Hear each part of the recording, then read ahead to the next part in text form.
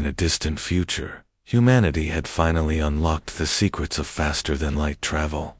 For centuries, Earth's scientists and explorers dreamed of reaching the stars, and now that dream had become reality. But with great achievements came great challenges. As humans ventured into the galaxy, they encountered other intelligent species, some friendly, others hostile, and many wary of this new arrival on the cosmic stage. One day, Earth received an unexpected summons. The Galactic Council, a coalition of advanced alien civilizations, demanded that human representatives appear before them. The Council governed much of the known galaxy, ensuring peace and order among its members. To most beings, the Council was a revered institution, but to humans, it was an unknown entity. Daniel Carter, a seasoned diplomat, and Laura Bennett, a brilliant astrophysicist, were chosen to represent humanity in what many hoped would be a historic meeting. The journey to the Council's headquarters took weeks, even with their advanced technology. When they arrived, Daniel and Laura were awestruck by the sight of the Council chamber. It was a massive dome floating in space, surrounded by swirling nebulae.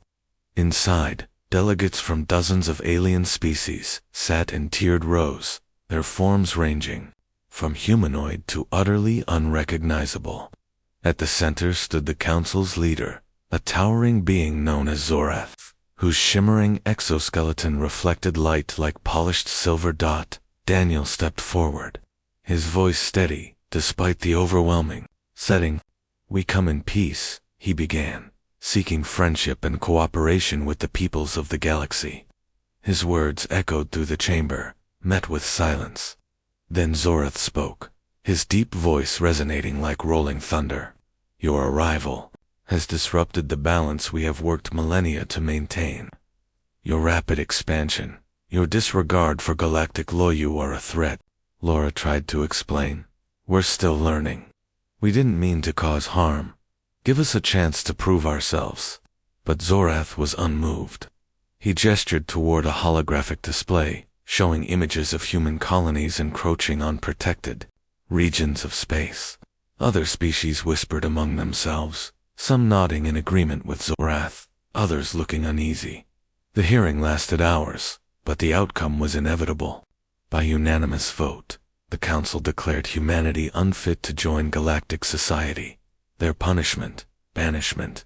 All humans were to leave the core systems and relocate to the outer rim of the galaxy, a desolate region filled with barren planets and few resources. Earth's leaders were given no choice but to comply. Resistance would mean war, and humanity was vastly outmatched. Back on Earth, the news spread quickly.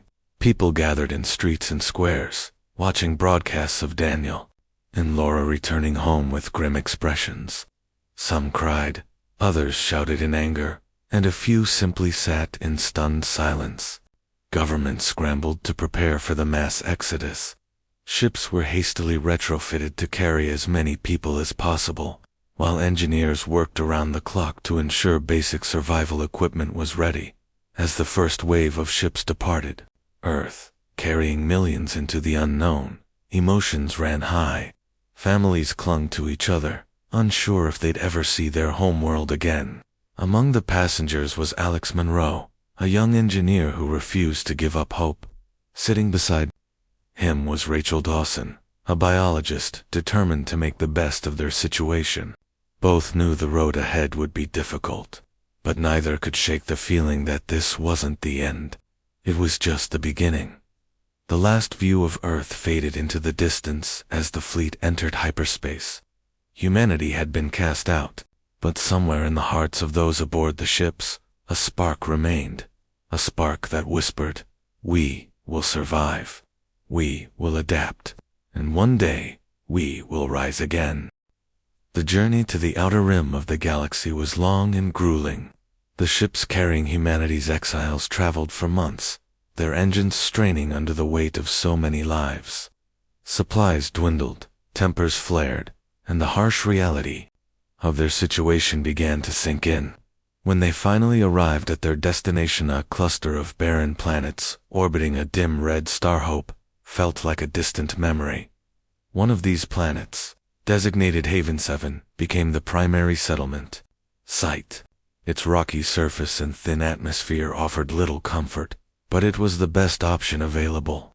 As landing pods descended onto the dusty terrain, people stepped out with heavy hearts. The sky above was a dull orange, and the air smelled faintly of sulfur. It wasn't Earth, and it never would be. But for now, it was home.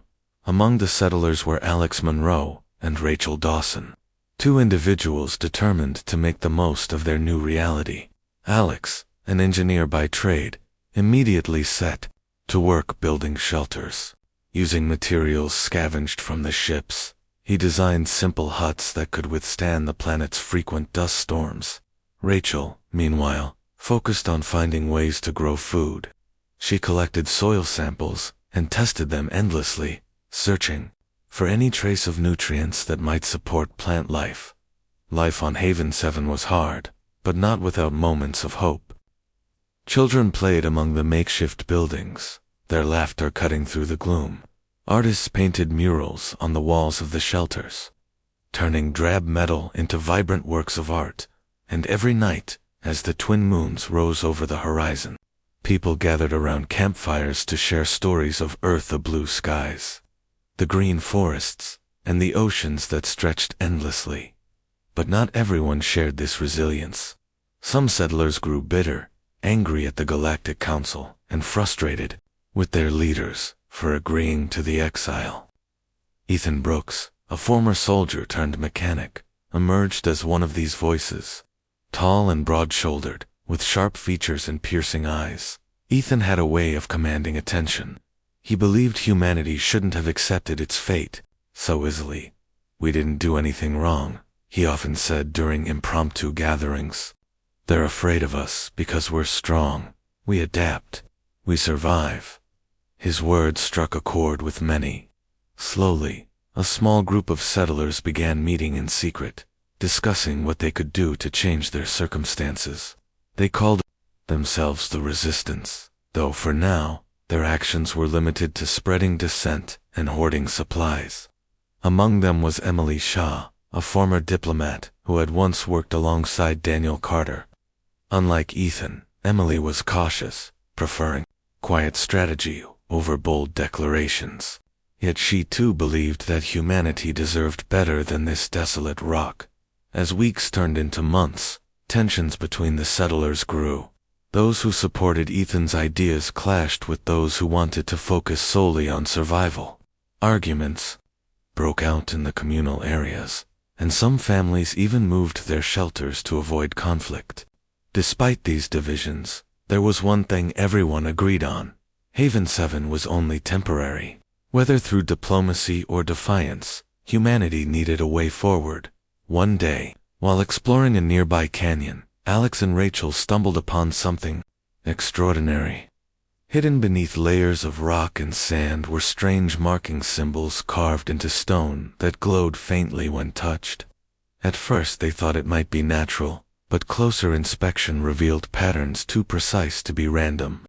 Excited, they brought the discovery back to the settlement. News of the symbols spread quickly, drawing curious crowds. Some dismissed them as meaningless artifacts, remnants of an ancient civilization, long gone. Others saw potential, believing they might hold answers, soar power that could help humanity reclaim its place in the galaxy. Ethan, ever the opportunist, seized on the discovery. "This is our chance," he declared.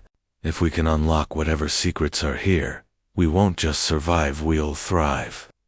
For the first time in months, the settlers felt a flicker of excitement.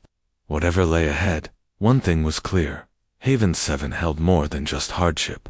It held possibilities and, perhaps, the key to humanity's future.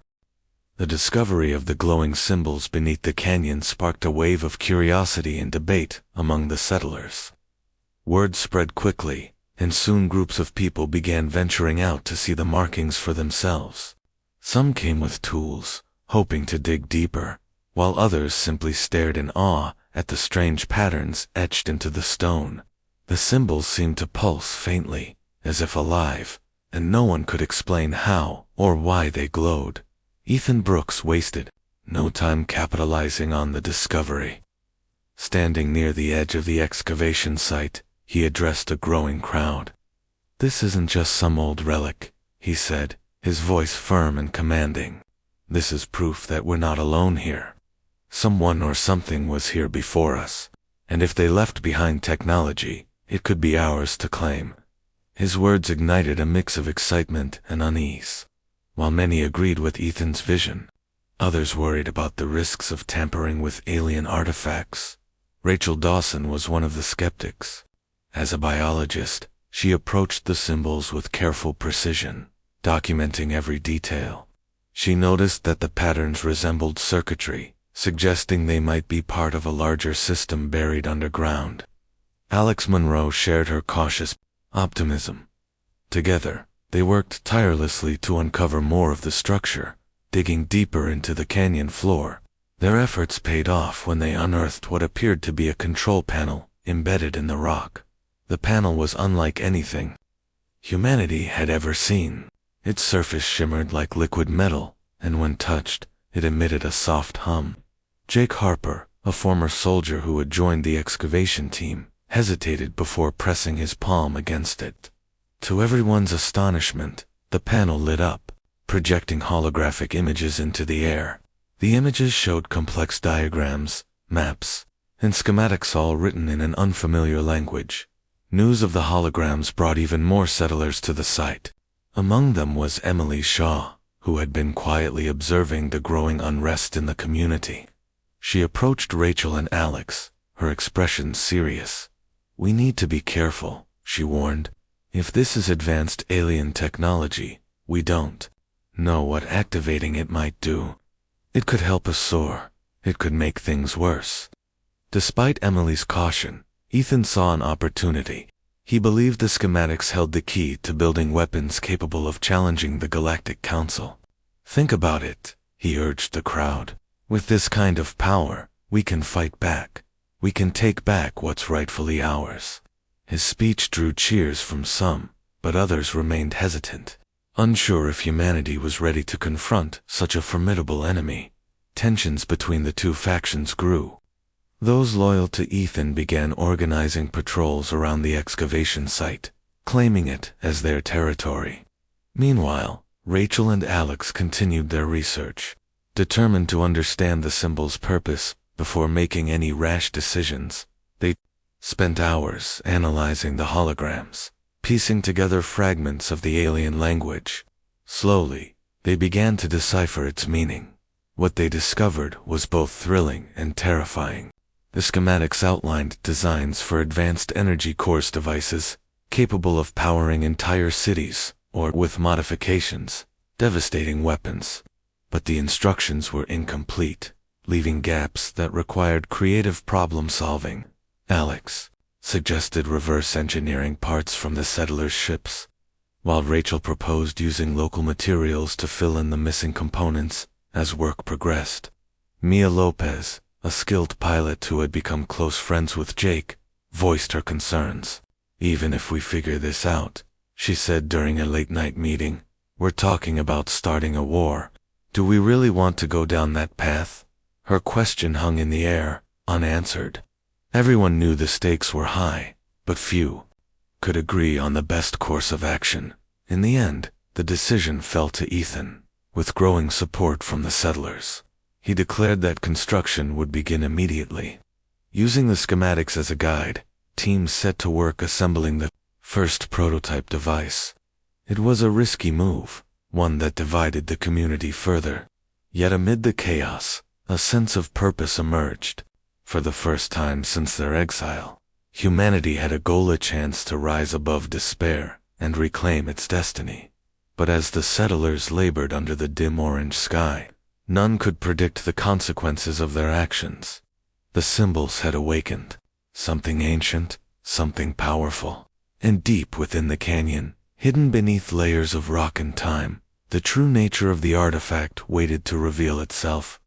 The construction of the prototype device based on the alien schematics became the settlers' top priority. Under Ethan's leadership, teams worked around the clock, their determination fueled by a mix of hope and desperation.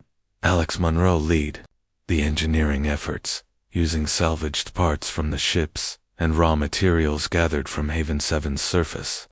Rachel Dawson focused on understanding the energy core's design, ensuring it wouldn't malfunction once activated. Despite the challenges, progress was steady. As the days passed, tensions within the settlement grew. The divide between Ethan's supporters and those who opposed his aggressive plans widened. Emily Shaw often found herself caught in the middle, trying to mediate disputes and keep the peace. She believed humanity needed unity more than ever, but struggled to find common ground between the two sides. "We're stronger together," she reminded everyone during heated debates. Yet her words seemed to fall on deaf ears as emotions ran high. One evening, as the sun dipped below the horizon, casting long shadows across the canyon, Jake Harper approached Mia Lopez near the excavation site. Both had been working tirelessly, alongside Alex and Rachel, contributing whatever skills they could. "Do you think this will work?" Jake asked, his voice low. He gestured toward the partially assembled device, its metallic frame gleaming faintly in the fading light. Mia hesitated. Before answering, "I don't know," she admitted, "but we have to try, right? Sitting here doing nothing won't change anything." Her tone carried a hint of doubt, though she masked it well. Deep down, she shared Rachel's concerns about the risks involved. Still, she couldn't deny the excitement building among the settlers. For many, the project represented a chance to reclaim their dignity after being cast aside by the Galactic Council. Meanwhile, strange occurrences began happening around the excavation site. Workers reported hearing faint hums emanating from the ground, even when the device wasn't active. Others claimed to see fleeting lights dancing along the canyon walls at night. At first, these incidents were dismissed as stress or overactive imaginations, but they became harder to ignore as they increased in frequency. Rachel noticed something unusual during one of her late-night inspections. The glowing symbols etched into the stone seemed brighter than before, pulsing rhythmically like a heartbeat. She called Alex over to investigate. Together, they examined the markings closely, noting that the patterns appeared to shift slightly. Each time the device was tested, it was as if the artifact responded to their efforts, feeding off the energy they generated. "This isn't just a blueprint," Rachel whispered, her brow furrowed in thought. "It's alive or, at least connected to something bigger." Alex nodded slowly, his mind racing with possibilities. "If we're not careful, we might awaken something we can't control." Despite their growing unease, they kept their findings quiet, fearing panic among the settlers. Instead, they doubled down on safety measures, reinforcing the structure and running simulations to anticipate potential failures. Their caution earned them respect from some but not all. Ethan, eager to see results, grew impatient. "We can't wait forever," he snapped during a meeting. "Every day we delay is another day wasted." Finally, after weeks of relentless effort, the prototype was ready for testing. The entire settlement gathered around the canyon, watching anxiously as Alex initiated the activation sequence. A low hum filled the air, growing louder as the device powered up. Bright beams of light shot out from its core, illuminating the darkened sky. Cheers erupted from the crowd, but they were short-lived. Suddenly, the ground beneath them trembled violently. Dust clouds rose from the canyon floor, obscuring the device. When the shaking subsided, a massive crack split the earth, revealing a hidden chamber below. Inside lay an enormous machine, far more complex than anything they had imagined. Its surface shimmered with the same eerie glow as the symbols, and its presence radiated power. Ethan stepped forward, his eyes wide with awe. "This changes everything," he said, his voice trembling with excitement. But Rachel exchanged a worried glance with Alex. They both knew the truth. Humanity had stumbled upon something far beyond their understanding, and there was no telling what consequences awaited them next. The discovery of the massive machine in the hidden chamber sent shockwaves through the settlement. Its sheer size and complexity left everyone speechless. The device towered over them, its surface etched with intricate patterns that pulsed faintly, as if alive. For a moment, all arguments and divisions among the settlers faded into the background. They stood united in awe, staring at what could only be described as a relic of an ancient civilization. Ethan Brooks was the first to break the silence. "This is it," he said, his voice filled with conviction. "This is our ticket to freedom. If we can figure out how to use this, we won't just survive, we'll dominate." His words reignited the debate that had been simmering for weeks. Some settlers cheered, inspired by Ethan's vision of reclaiming humanity's place in the galaxy. Others, like Rachel Dawson and Alex Monroe, exchanged uneasy glances, their minds racing with questions about the risks involved. Rachel stepped forward, her tone cautious but firm. "We don't even know what this thing does," she argued. "It could be dangerous.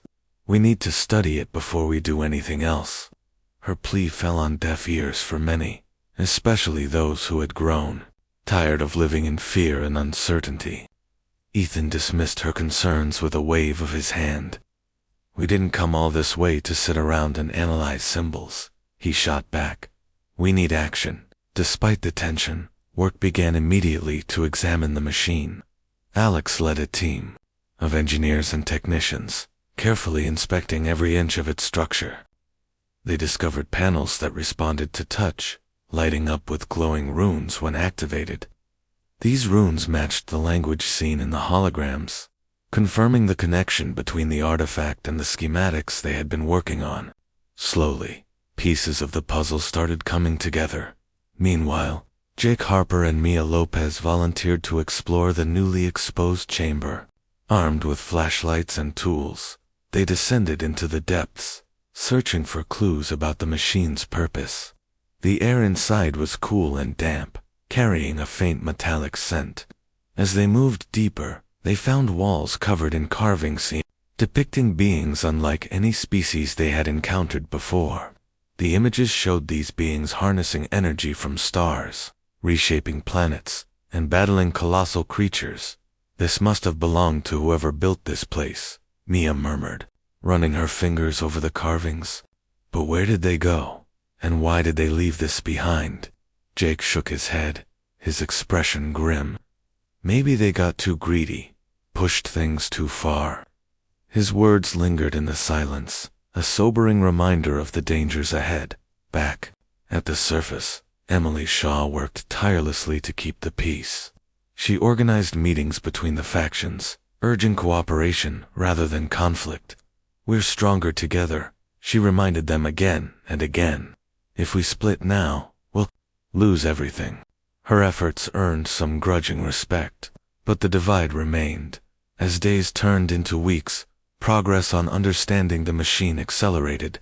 Alex and Rachel managed to decode enough of the alien language to identify key functions. One section appeared to control energy output, while another seemed linked to navigation or transport. But activating any part of the machine required a power source far beyond what the settlers currently possessed. That's when Ethan proposed using the prototype energy core they had built earlier. "It's risky, but it's our best shot," he insisted. Many agreed, eager to see results, but Rachel refused to support the idea. "We're playing with forces we don't understand," she warned. "One wrong move, and we could destroy ourselves or worse." In the end, Ethan's determination won out, with the majority of settlers backing him. Preparations began to connect the core to the machine. As the final connections were made, an eerie hum filled the canyon, growing louder with each passing second.